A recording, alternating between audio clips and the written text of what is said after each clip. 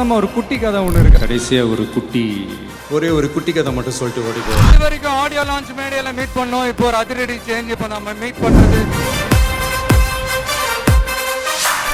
தமிழ் சினிமாவோட உச்சபட்ச நட்சத்திரமான விஜய் இப்போ சினிமாவை உதறி தள்ளிட்டு தன்னை வாழ வச்ச மக்களுக்கு சேவை செய்ய போறதா கூறி தமிழக வெற்றி கழகம்ங்கிற கட்சியை தொடங்கி அரசியல்ல களமிறங்கியிருக்காரு.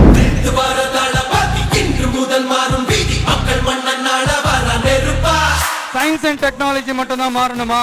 ஏன் பாலிடிக்ஸ் மட்டும் மாறக்கூடாதா? உங்களுக்கு நீங்க கொள்ளையடிச்சு வச்சிருக்கிற காசு தான் துணை. ஆனா எனக்கு என் மேல எல்லையில்லா பாசம் வச்சிருக்கிற இந்த மாசு தான் துணை. உங்க விஜய் உயிரன வரனா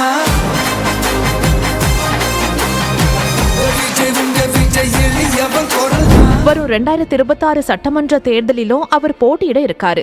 இது தமிழ்நாட்டு அரசியல்ல ஒரு பிரளயத்தையே ஏற்படுத்தி இருக்கு. இந்த நிலையில தான் வினோத் இயக்கத்துல அவர் நடிச்சிருக்க ஜனநாயகன் திரைப்படம் பொங்கல் ஸ்பெஷலா வரும் ஜனவரி 9 உலகம் முழுவதும் திரையரங்குகள்ல வெளியாக இருக்கு. அரசியல் வாழ்க்கையில ஈடுபட்டிருக்கதால ஜனநாயகன் தான் தன்னுடைய கடைசி படம்னு விஜய் அறிவிச்சப்போ ஒட்டுமொத்த அவரது ரசிகர்களும் மனமுடைஞ்சு போனாங்க. இதனால இந்த படத்தோட இசை வெளியீட்டு விழா தளபதி கச்சேரி அப்படிங்கிற பேர்ல மலேசியா கோலாலம்பூர்ல மிக பிரம்மாண்டமா நடைபெற்றுச்சு.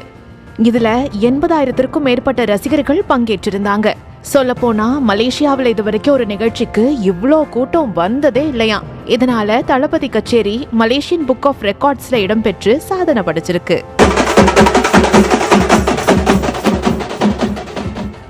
பொதுவாவே தாம் பங்கேற்கும் எந்த ஒரு விழாக்கள்லயும் விஜய் குட்டி கதை சொல்வதை வழக்கமா வச்சிருப்பாரு. அப்படி இருக்கும் போது அவரது கடைசி படத்தோட ஆடியோ லான்ச்ல குட்டி ஸ்டோரி இல்லாம எப்படி? இதோ உங்களுக்காக.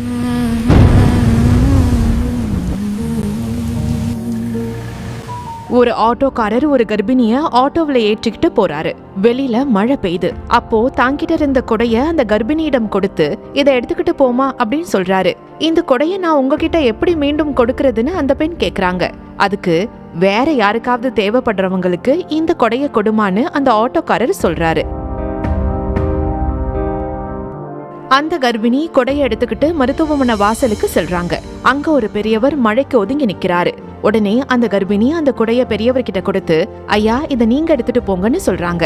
அம்மா நீங்க யாருன்னு எனக்கு தெரியாது, நான் எப்படி இந்த கொடைய உங்ககிட்ட திருப்பி கொடுக்கறதுன்னு அந்த பெரியவர் கேட்க, அதுக்கு வேற யாருக்காவது தேவைப்படுறவங்களுக்கு இந்த கொடைய கொடுத்துடுங்கன்னு அந்த கர்ப்பிணி சொல்லிட்டு போறாங்க.